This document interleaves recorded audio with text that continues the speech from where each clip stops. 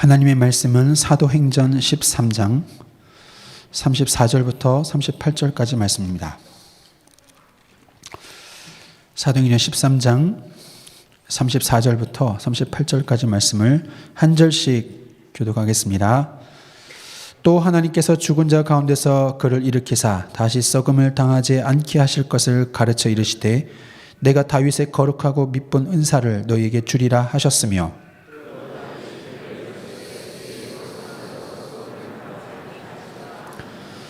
다윗은 당시에 하나님의 뜻을 따라 섬기다가 잠들어 그 조상들과 함께 묻혀 썩음을 당하였으되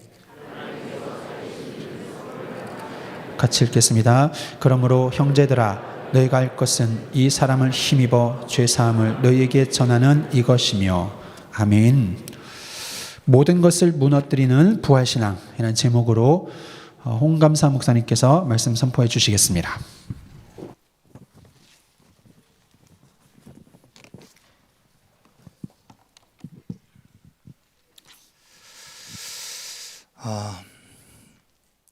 이번 주 강단 말씀이 절대 무너지지 않는 부활신앙이었죠. 어떤 분이 오늘 제목을 보시더니 강단 말씀에 대한 정면 도전이냐 저한테 농담으로 절대 무너지지 않는 부활신앙이라고 했는데 왜 수요예배 제목이 모든 것을 무너뜨리는 부활신앙입니까? 저는 우리 성도님이라면 다 아실 거라 생각했습니다. 여기서 말하는 모든 것은 사단의 역사를 의미하는 것을 다 아시겠죠. 그래서 조금 더 정확하게 제목을 말하자면 모든 사단의 역사를 무너뜨리는 부활신앙이 되겠습니다. 오늘 말씀을 함께 나누는 가운데 우리 성도님들의 개인, 가정, 가문, 또 우리 성도님들이 계신 모든 현장, 또 우리가 섬기고 있는 이 예전교회 안에 사단이 계속해서 우리를 속이고 무너뜨리기 위해서 지금까지 든든하게 쳐왔던 견고한 진이 무너지는 역사, 사단의 모든 역사가 그치는 응답이 오늘 주시는 말씀과 성경에서 말씀하시는 그리스도의 부활의 언약을 붙잡고 붙잡은 우리 성도님들의 인생 가운데 날마다 나타나시기를 예수님의 이름으로 축원드립니다. 마태복음 19장 22절에 보니까 부자 청년이 예수님께 나옵니다. 그리고 예수님께 묻습니다. 예수님, 어떻게 하여야 내가 구원받겠습니까? 주님이 한 가지를 요구하십니다. 너 가진 소유를 다 팔아서 가난한 자들에게 나누어 주어라 말씀하십니다. 그랬더니 이 부자 청년이 그가 가진 재물이 많음으로 근심하며 떠나갔다라고 말씀하십니다. 주님이 재물을 나눠주라 하신 다음에 또 한마디 하신 게 뭐였냐면 그리고 나서 나를 따라라 이렇게 말씀하셨거든요. 근데 재물이 많으니까 결국은 근심하며 돌아가게 됩니다. 그런데 요한복음 12장에 보니까 향유 옥합을 깨트려서 예수님의 머리에다가 들이부은 여자가 나옵니다. 학자들은 그 이름을 마리아라고 하는데요. 이 마리아라고 하는 여인이 300데나리온 가치의 향유 옥합을 깨트립니다. 그때 당시에 1데나리온은 일꾼의 하루 품삯입니다. 300데나리온이면 1년 연봉이죠. 요즘 최소 임금이 200만 원이라고 하면 1년이면 2,400만 원 정도 되겠네요. 한 자리에서 2,400만 원짜리 향유 옥합을 깨트려 가지고 예수님의 머리에다가 부어버린 겁니다. 율법을 좋아하고 종교성이 짙은 사람들은요, 이 성경 말씀을 읽으면 이렇게 생각합니다. 저 부자 청년은 하나님 아버지 앞에서 인색했다. 그런데 이 향유옥합 가진 여인은 하나님께 드릴 수 있었다. 저의 관점은 조금 다릅니다. 이 부자 청년은 안타깝지만 그리스도를 따르기를 거부했습니다. 향유옥합을 가진 이 여인은 성경 요한복음 12장 8절에 보니까 주님께서 이렇게 말씀하세요. 나의 장례를 기념하여서 이 옥합을 부은 것이다. 그러면서 9절에 뭐라고 하십니까? 이 복음이 전파되어지는 모든 곳에서는 이 여인이 한 일도 함께 전파되리라 말씀하십니다. 그러니까 이 여자는 300데나리온짜리 향유 옥합을 부었지만 그게 주님 앞에서 중요한 게 아니에요. 주님의 죽으심을 알고 그리스도의 언약을 알고 그리스도를 따르는 한 사람이었던 겁니다. 많은 사람들은요, 종교성이 짙은 사람들은요, 300데나리온을 드린 것에 감동을 받습니다. 주님은 이 여인이 300데나리온짜리 향유 옥합을 깼다 여기에는 관심이 없어요. 나의 죽음을 알고 기념했던 여인으로 그 이름을 전파하겠다 말씀하셨어요. 그 부자 청년은 왜 안타까운 순간을 맞이했을까요? 재물을 아꼈기 때문에 그 사람의 신앙은 틀렸다라고 말하면 절대 안 되는 것입니다. 그리스도를 따르기를 거부한 것입니다. 골로새서 2장 8절 보면 이런 말씀이 있습니다. 세상의 헛된 철학과 속임수를 따라가지 말아라. 그러시면서 뭐라 말씀하시는지 아십니까? 그것은 세상의 초등 학문을 따름이요 무엇을 따름이 아니니라? 그리스도를 따름이 아니니라. 우리가 왜 세상의 헛된 철학과 사상을 따라가면 안 되는지 아십니까? 그것이 그리스도를 따르는 것이 아니기 때문에 그렇습니다. 주님은 우리에게 황금 덩어리를 요구하신 적이 없어요. 여러분들의 전 재산을 갖다 바치라고 말씀하신 적도 없어요. 주님의 요구는 하나입니다. 나를 따라오너라. 이유는 하나밖에 없습니다. 그리스도를 따라갈 때 그곳에 생명이 있기 때문에 그렇습니다. 그렇다면 사단이 원하는 것은 무엇이겠습니까? 이 생명의 비밀을 알지 못하게 속이는 것입니다. 생명의 비밀을 알지 못하도록 재물로 속입니다. 생명의 비밀을 알지 못하도록 사상으로, 철학으로, 학문으로 속입니다. 생명의 비밀을 알지 못하도록 종교로 속입니다. 생명의 비밀을 알지 못하도록 헛된 비복음으로 속입니다. 다른 복음, 틀린 복음으로 속입니다. 그게 바로 사단의 목적입니다. 그렇다면 여러분, 부활은 뭐지요? 그리스도 예수께서 십자가에 죽으시고 다시 살아나심으로 우리에게 영원한 생명을 주시는 것이 부활 아닙니까? 사단의 목적은 우리를 사망에 가두어 두고 사망에 묶어두는 것이지만 부활은 우리를 사망에서 빠져나와 생명으로 들어가게 하는 것입니다. 그러므로 그리스도 예수의 언약을 붙잡고 부활신앙 가운데로 들어갈 때 사단의 모든 견고한 진은 무너지고 사단의 모든 역사는 무너지게 되는 것입니다. 오늘 부활신앙만을 붙잡고 우리 성도님들의 개인, 가정, 가문, 성도님들과 관련된 모든 현장, 우리 예정교회, 이 안에서 지금도 우리 알지 못하게 여전히 우리를 사망에 가둬두려고 역사하는 모든 흑암의 역사와 견고한 진이 무너지는 귀한 날 되시기를 예수님의 이름으로 축원드립니다. 서론입니다. 세상의 소망은 어디 있습니까? 세상의 임금이 바로 사단이라고 성경은 우리에게 말씀하십니다. 하나님을 잃어버린 모든 영혼을 사로잡은 존재가 바로 사단 아닙니까? 그러니 생명과 상관이 없는 헛된 것을 붙잡고 나아가게 사단은 지금도 역사하고 있습니다. 그래서 세상은 안타깝지만 신기루와 같은 허상을 붙잡고 나아갑니다. 고린도전서 15장 19절에 이렇게 말씀하십니다. 만일 그리스도 안에서 우리가 바라는 것이 다만 이 세상의 삶뿐이면 모든 사람 가운데 우리가 더욱 불쌍한 자이리라. 이 땅의 것을 따라가고 이 땅의 것을 붙잡고 나아가는 자들을 두고 사도 바울은 이렇게 말합니다. 가장 불쌍한 자라. 사단은요 바로 그와 같은 사망에 매여 있기를 원하는 것입니다. 결국은 세속적인 것과 육신적인 것을 따라가게 만듭니다. 그저 돈을 벌고 성공하고 이 땅에서 잘 먹고 잘 사는 것. 세속적인 것과 육신적인 것의 공통점은 하나입니다. 바로 유한하다는 겁니다. 끝이 있다는 거예요. 있다가도 없고 없다가도 있는 것이 바로 세상적인 것입니다. 그래서요, 그 세상적이고 육신적인 것, 유한한 것에 여러분들의 마음을 두고 소망을 두잖아요. 여러분들은 반드시 낙심하게 되어 있습니다. 이 땅에 돈을 믿는 사람들은 많습니다. 하지만 돈 때문에 행복한 사람 찾기는 쉽지 않습니다. 왜요? 늘 배신당하거든요. 내가 뭔가 돈을 따라가고 성공을 따라가면 그곳에 행복이 있을 것 같아요. 아니요, 그렇지 않습니다. 있다가도 없어지는 것, 그게 바로 세상의 성공 아닙니까? 없다가도 있는 것, 그게 바로 돈 아닙니까?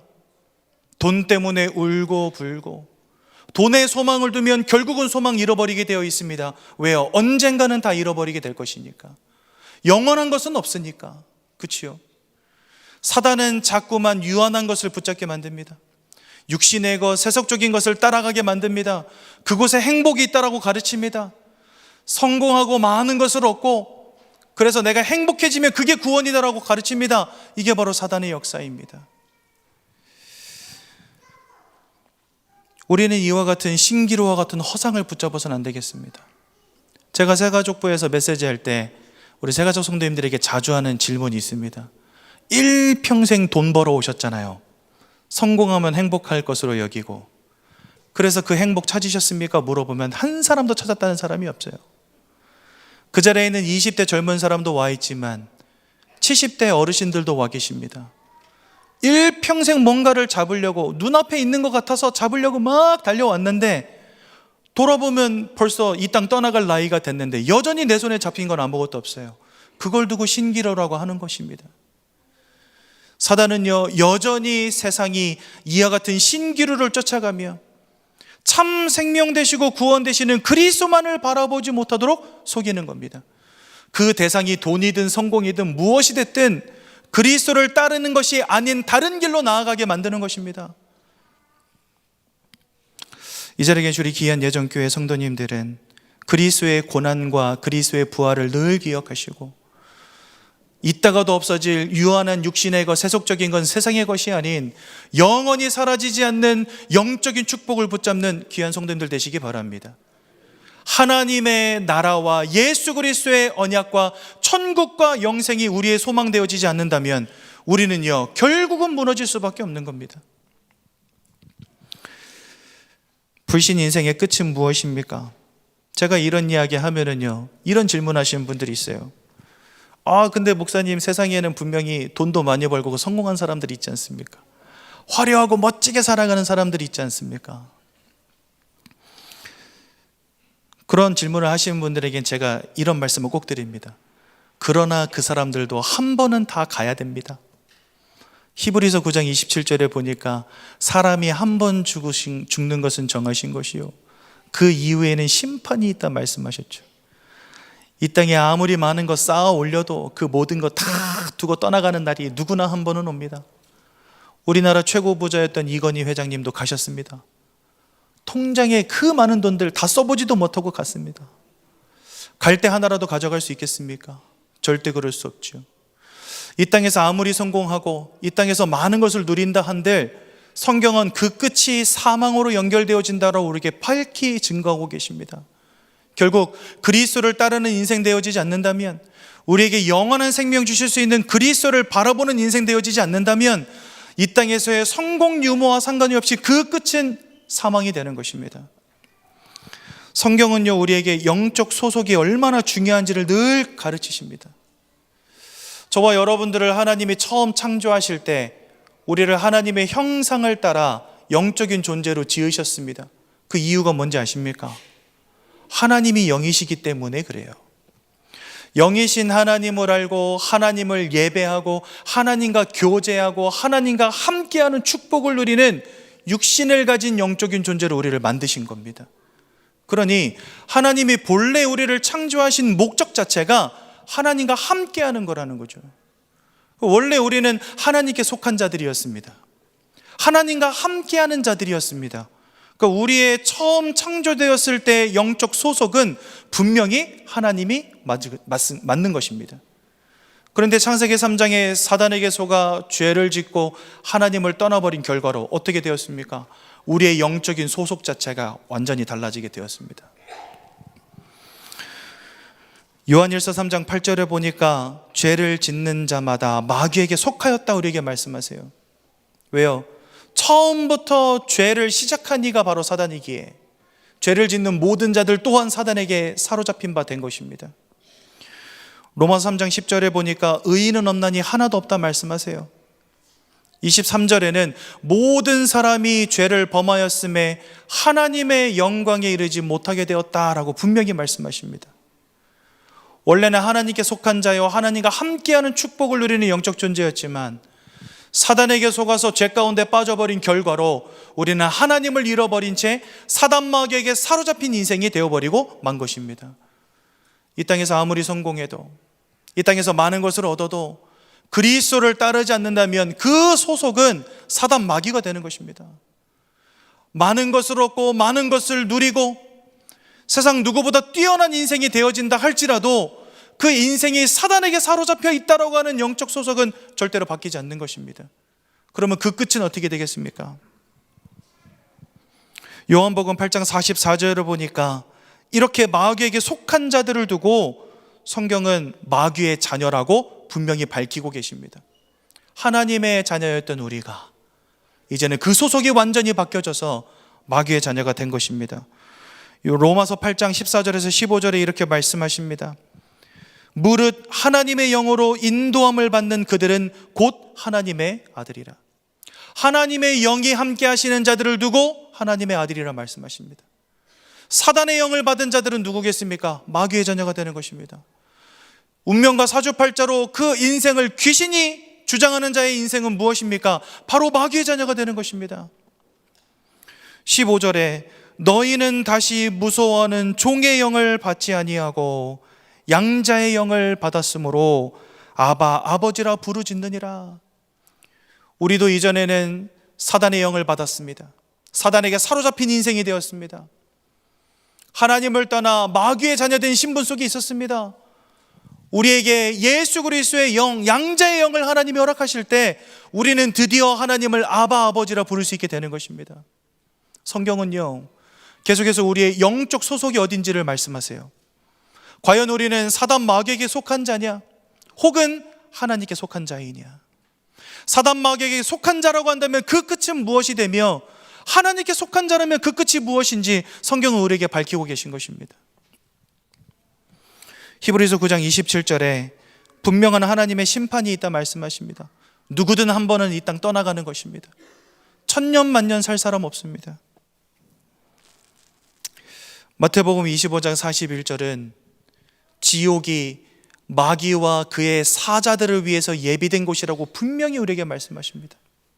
그런데요, 하나님의 최후 심판의 때에 하나님 보좌 왼편에 있는 자들은 그 마귀를 위해서 예비된 지옥 불못에 던지우리라 말씀하십니다.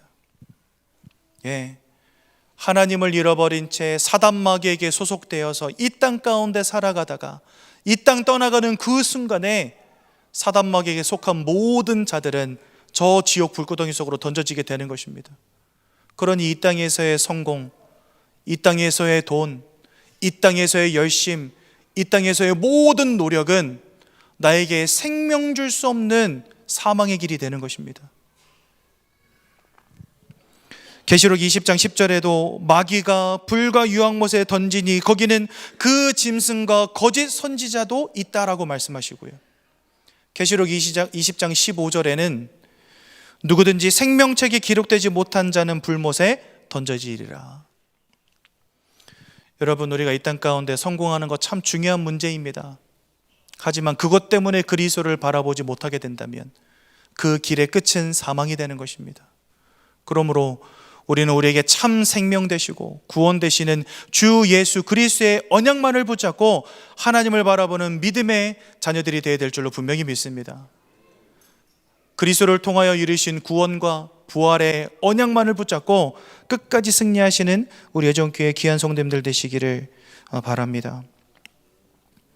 그렇다면 이 부활신앙은 무엇을 무너뜨리겠습니까? 첫 번째, 이 인생의 근본적 문제를 무너뜨리는 것입니다. 하나님을 잃어버린 채 사단 마귀에게 소속되어서 하나님께 심판받고 지옥 불구덩이 속으로 던져질 수밖에 없는 그 인생으로부터 우리를 해방하시는 것이죠. 고린도전서 15장 21절에서 22절에 보면 이런 말씀이 있습니다. 21절에 사망이 한 사람으로 말미암았으니 죽은 자의 부활도 한 사람으로 말미암는도다. 사망이 한 사람 아담으로부터 시작되었던 것처럼 죽은 자의 부활은 그리스도 예수를 통해 시작된다는 말입니다. 그래서 22절에 아담 안에서 모든 사람이 죽은 것 같이 그리스도 안에서 모든 사람이 삶을 얻으리라. 성경은요, 계속해서 우리에게 죽음과 사망에 대한 말씀을 주십니다. 우리가 부활을 붙잡아야 되는 이유는 사단으로 인해서 시작되어진 사망의 문제가 오직 그리스도를 통한 부활의 이 십자가와 부활이 아니고서는 절대로 해결되어지는 문제가 아니기에 성경은 우리에게 계속해서 사망이 무엇인지를 밝히시고 왜 그리스도가 죽었다가 다시 부활하셔야 되는지를 우리에게 알려주십니다.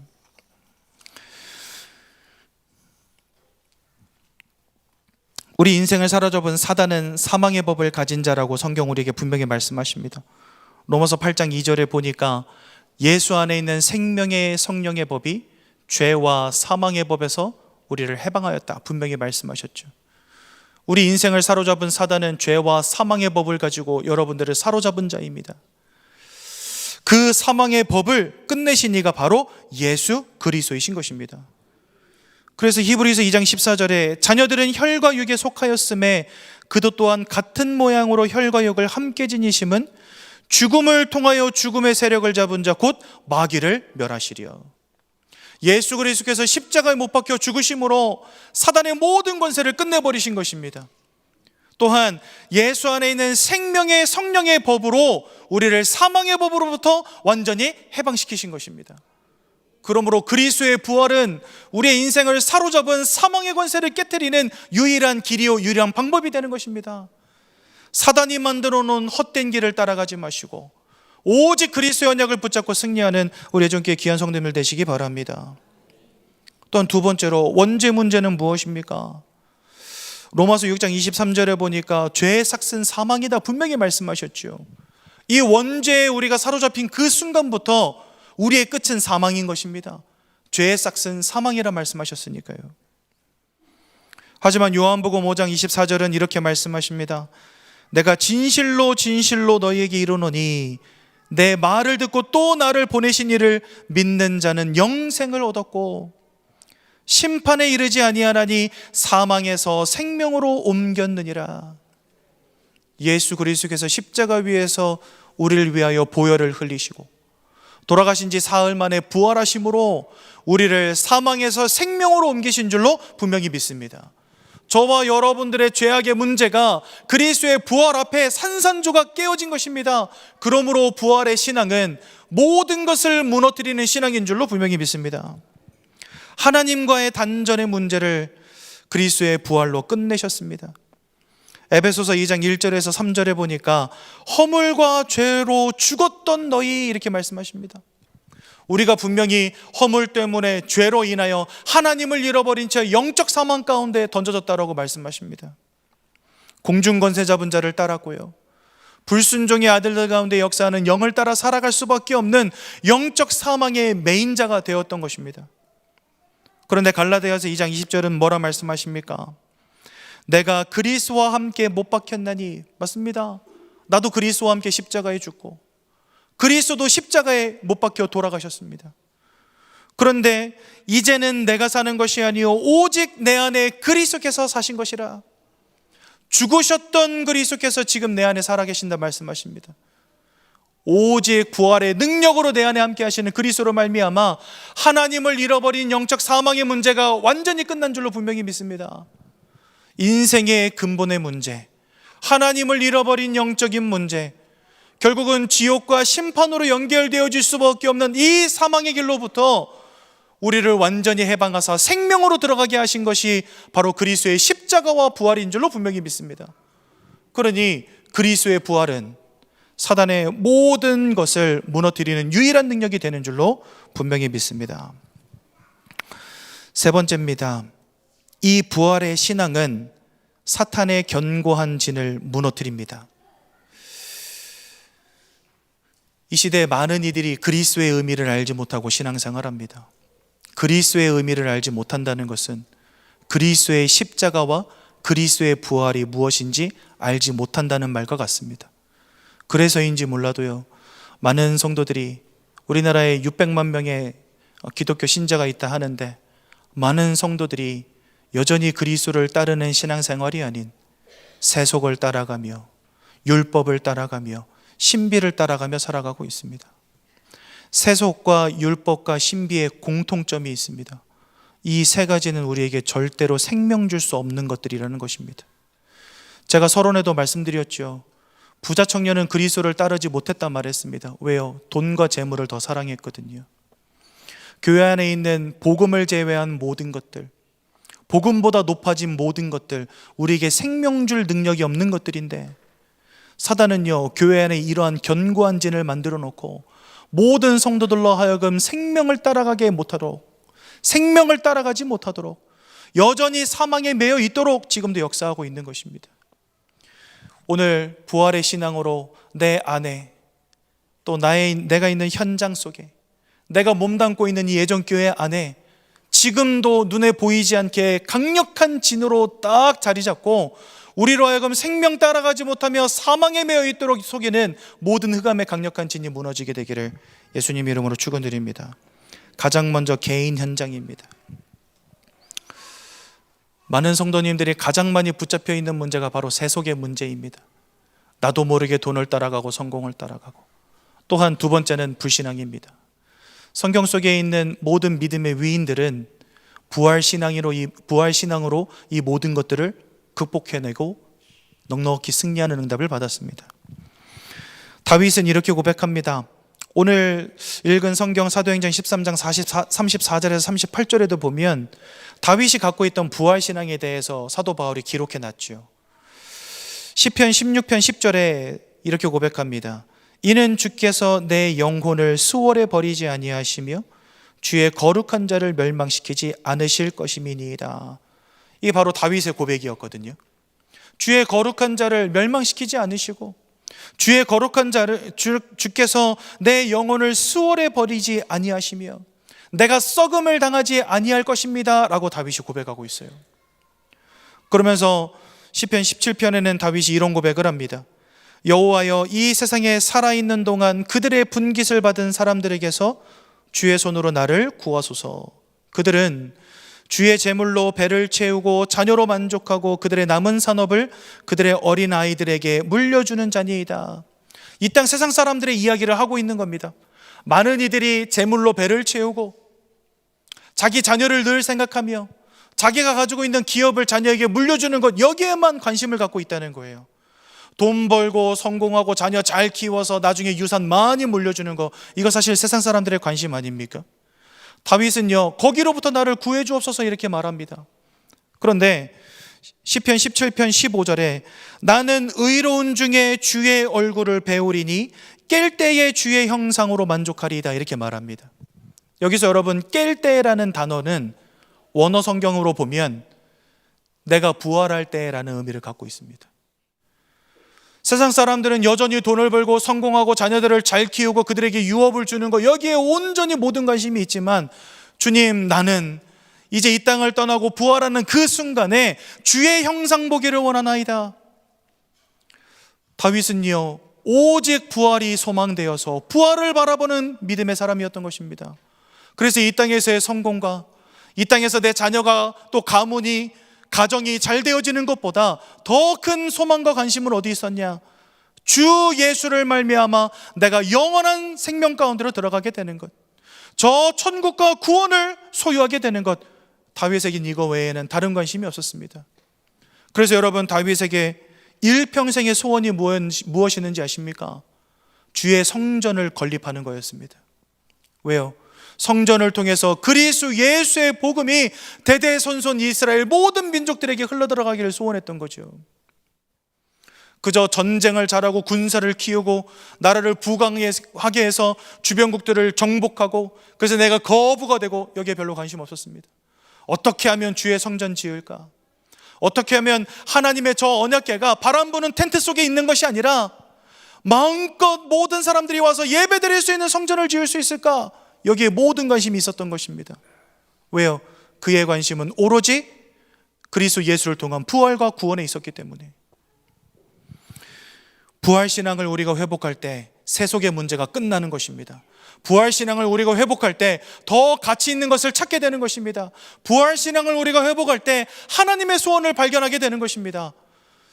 혹시라도 세속의 문제에 걸려 계십니까? 복음보다 이상하게 세상을 더 사랑하시는 분들 계십니까? 오늘 그리스도의 부활을 바라보는 귀한 날 되시기 바랍니다.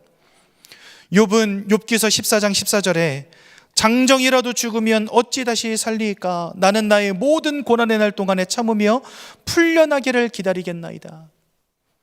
이번 주 강단에서도 욥에 대한 이야기를 주셨죠. 하루아침에 재물을, 자녀를, 건강을 잃어버리고 배우자도 잃어버리게 됐습니다. 가장 친한 새 친구들이 와서 정죄하며 비판하는 현실을 맞닥뜨리게 됐습니다. 옷을 찢고 슬피울 수밖에 없는 고통을 당하였지만 그럼에도 불구하고 욥은 부활신앙을 잃어버리지 않고 불신앙하지 않았다는 사실. 풀려나기를 기다리겠나이다, 이 부분을 영어 성경으로 바꾸면 이렇게 되어 있습니다. 내가 새로워지는 날을 기다리나이다, 이렇게 되어 있습니다. 우리가 언제 새로워지겠습니까? 언제 새로운 모양과 육신을 입게 되겠습니까? 저와 여러분들이 첫 부활의 첫 열매 되신 그리스도를 따라 부활에 참여하는 그날 우리가 새로워지는 것입니다. 즉 욥은 무엇을 바라봤냐? 부활을 바라본 거예요.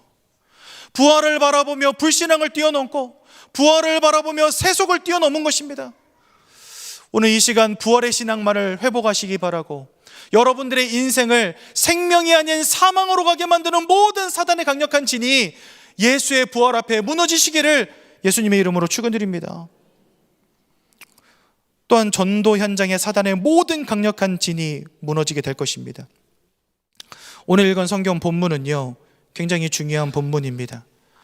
안디옥 교회가 세워지고 나서 이 바울과 바나바 전도팀이 처음으로 선교를 위해서 파송되어지고 바보섬에 이르러서 박수 엘루마에게서 귀신을 쫓아낸 이후에 전도 현장에서 처음으로 바울이 메시지를 전하는 내용이 오늘 사도행전 13장에 나오는 내용입니다.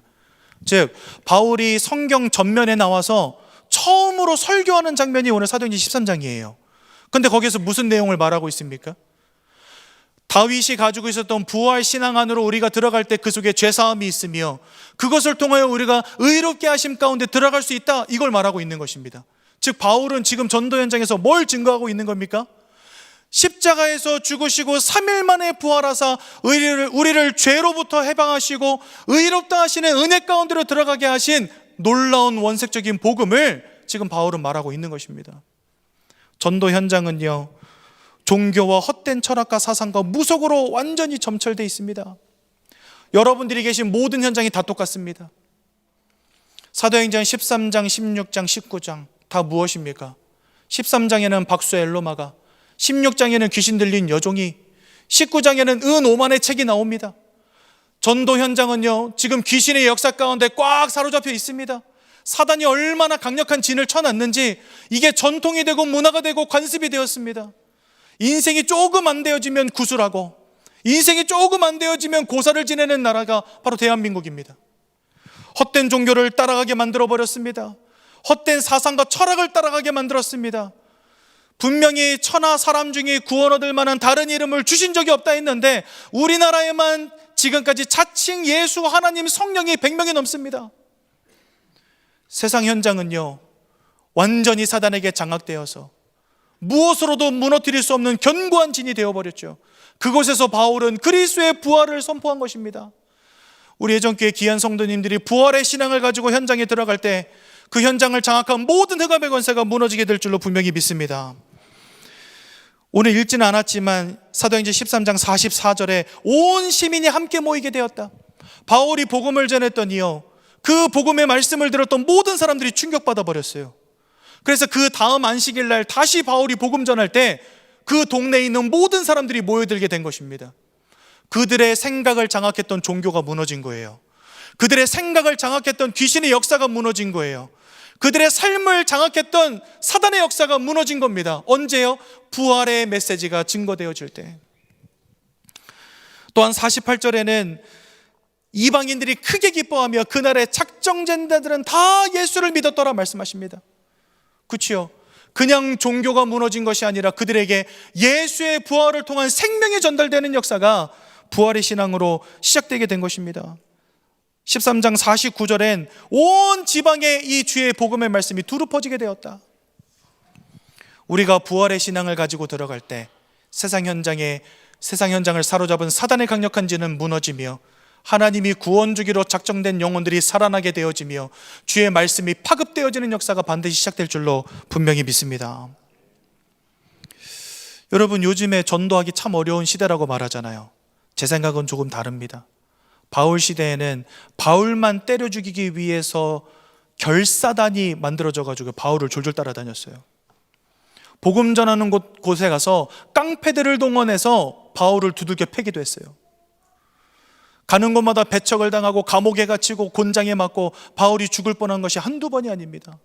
여러분, 그때에 비하면 지금은요, 핍박도 아니에요. 그렇지 않습니까? 근데 우리는 늘 생각합니다. 요즘 전도가 안 된대요. 현장이 너무 강팍하대요. 현장에서 너무나 많은 핍박이 있대요. 바울 시대를 생각해 보면 지금은요, 그거 별로 핍박도 아닌 것 같아요. 우리가 부활신앙을 회복해야 됩니다. 부활신앙을 회복할 때 현장의 역사는 흑암은 꺾여지게 되는 것입니다. 그리스도의 십자가와 그리스도의 다시 사심을 확신하며 믿음으로 나아갈 때 그곳에서 하나님은 중요한 전도의 문을 열어가실 줄로 분명히 믿습니다.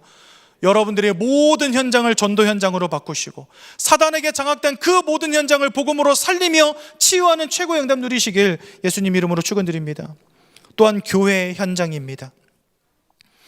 교회 현장이 어느 순간 세속 중심의 예배가 되어버리고 율법 중심의 말씀이 선포되어지고 신비 중심의 기도가 자리 잡고 말았습니다. 세속과 율법과 신비, 얘네들을 따로 떼놓고 하나하나를 바라보면 사실 그렇게 나쁜 것도 아닙니다. 우리가 주를 바라볼 때 주께서 분명히 우리 인생을 축복하실 거니까 그게 어찌 보면 세속하고 맞닿아 있는 부분이거든요. 율법 또한 하나님이 우리에게 주신 말씀이기에 이 율법 또한 하나님의 말씀인 것입니다.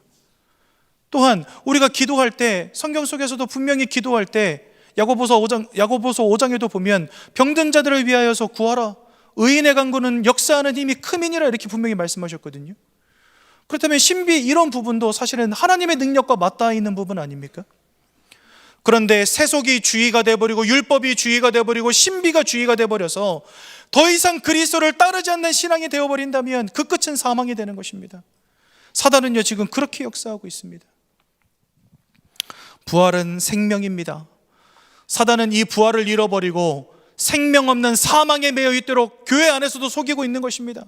자꾸만 세속적인 예배에 집중하게 만들고 복음이 아닌 율법의 말씀에 집중하게 만들고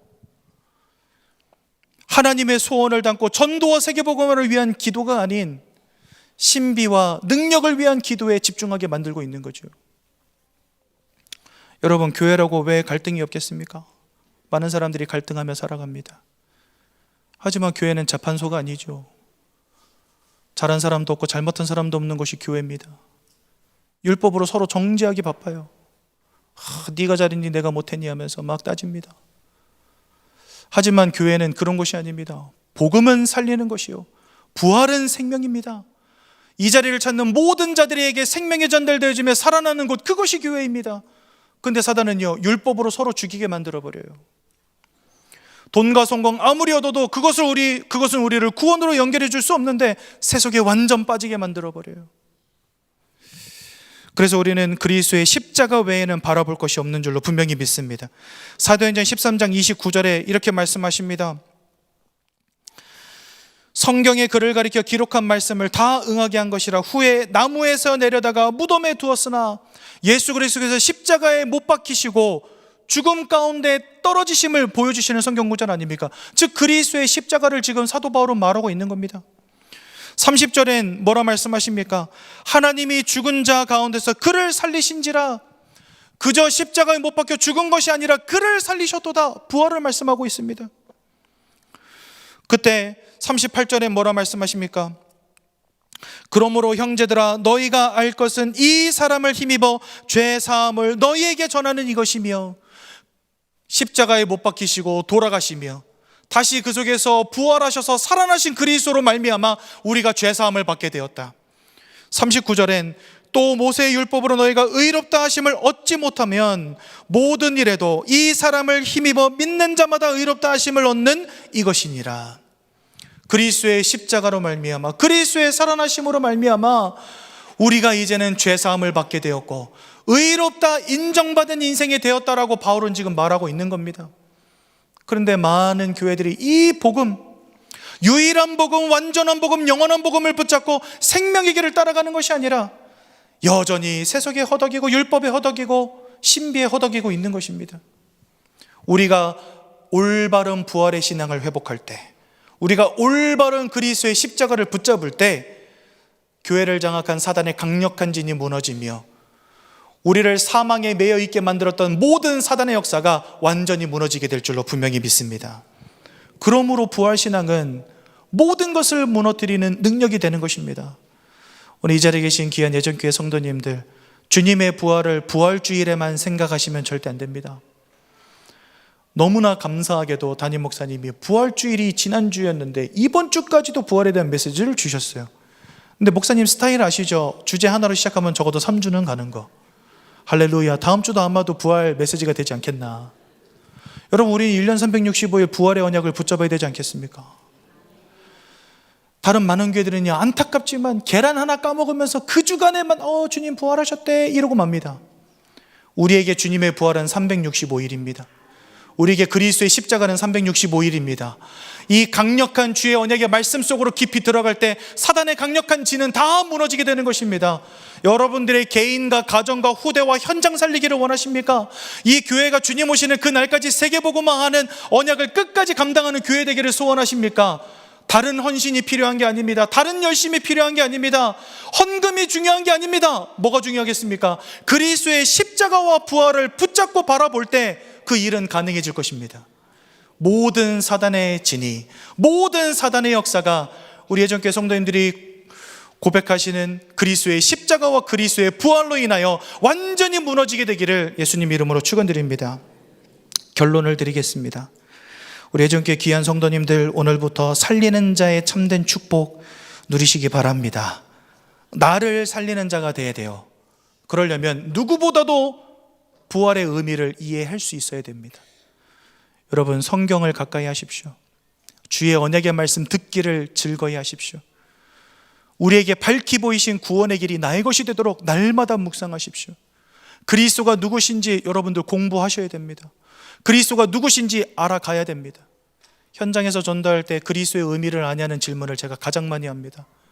예수 믿는다는 사람들한테, 교회 다녀봤다는 사람들에게, 예수 믿어봤다는 사람들에게 꼭 하는 질문이 뭐냐? 그리스도의 의미를 아십니까? 근데 놀랍게도 아무도 몰라요. 예수를 믿는다 말하는데 그리스도가 뭔지를 몰라요. 예수님이 그리스도라는데 그리스도의 의미를 모른다는 건 뭘 의미합니까? 예수님이 누군지를 모른다는 거예요. 그런데 나 예수 믿어요, 나 교회 잘 다녀요. 과연 그것은 예수를 믿고 교회를 잘 다니는 걸까요? 여러분, 우리는 누구보다도 그리스도 예수를 깊이 알기를 힘쓰는 자들이 되어야 됩니다. 그리스도의 부활이 무엇인지, 그리스도의 십자가가 무엇인지, 이것이 지닌 영적 의미가 무엇인지 말씀을 통해 날마다 발견하시기 바랍니다. 그때 여러분들의 영혼이 살아납니다. 나를 살리는 방법, 부활을 이해하는 것입니다. 또한 교회를 살리는 방법, 이 부활을 적용하는 것입니다. 여러분, 부활은 생명이라 했지요. 우리가 사망에 내어 던져지지 아니하도록, 복음이 아닌 율법 따라가지 않도록, 복음이 아닌 비복음 따라가지 않도록, 복음이 아닌 신비 따라가지 않도록 우리 모두가 복음을 수호하는 자들 되어야 됩니다. 여러분, 너무나 안타깝게도 바울과 또한 많은 전도자들에 의해서 세워진 로마 교회가 나중에 로마 카톨릭이 됐다니까요. 로마 교회에 가장 영향을 끼친 사람이 사도 바울인데 나중에 복음 없는 교회로 전락해 버렸습니다. 우리가 그리스도의 부활과 그리스도의 십자가를 날마다 붙잡고 나아가는 이 축복 누리지 못한다면 교회 살릴 수 없습니다. 여러분, 날마다 부활을 이 교회에 적용하십시오. 오직 복음에 포럼하십시오. 오직 부활을 함께 나누십시오. 그리스도의 십자가를 함께 나누십시오. 그 속에서 나도 너도 복음 안에 깊이 각인되어지며 뿌리 내려지는 놀라운 축복을 날마다 쌓아 나가시기 바랍니다. 또한 현장을 살려야 되겠습니다. 오늘 바울이 저 전도 현장에서 그리스도의 십자가와 부활과 그리스도의 부활을 통한 죄사함과 의로 칭의를 설명하며 그 지역 현장을 완전히 복음으로 장악했던 역사가 그 그리스도의 부활을 증거하는 우리 예전교회 성도님들을 통해 여러분들이 계신 모든 현장마다 일어나게 될 줄로 분명히 믿습니다. 오늘 모든 것을 무너뜨리는 부활신앙이라는 제목으로 우리가 함께 말씀 나눴는데요, 우리 예전교회 귀한 성도님들, 강단을 통해 선포되어지는 이 부활의 하나님이 주신 가장 중요한 언약을 붙잡고 오늘도 어떤 일평생 승리하시기 바라고, 여러분들이 부활신앙을 가지고 영적 싸움 싸워나갈 때 현장의 역사는 모든 흑암 권세가 무너지며 사단의 강력한 진이 박살나는 놀라운 축복 누리시기를 예수님의 이름으로 축원드립니다. 제가 기도하고 말씀 마치겠습니다. 사랑의 하나님, 은혜 너무나 감사를 드립니다. 절대 무너지지 않는 부활의 신앙 속에서 오직 복음으로만 무너뜨릴 수 있는 참된 사단의 진을 무너뜨리며 현장 살리며 나와 교회를 살리는 최고의 응답 누리실 수 있도록 우리 전교회 모든 성도님들을 축복하여 주옵소서. 이 모든 말씀 예수님의 이름으로 기도드렸습니다. 아멘.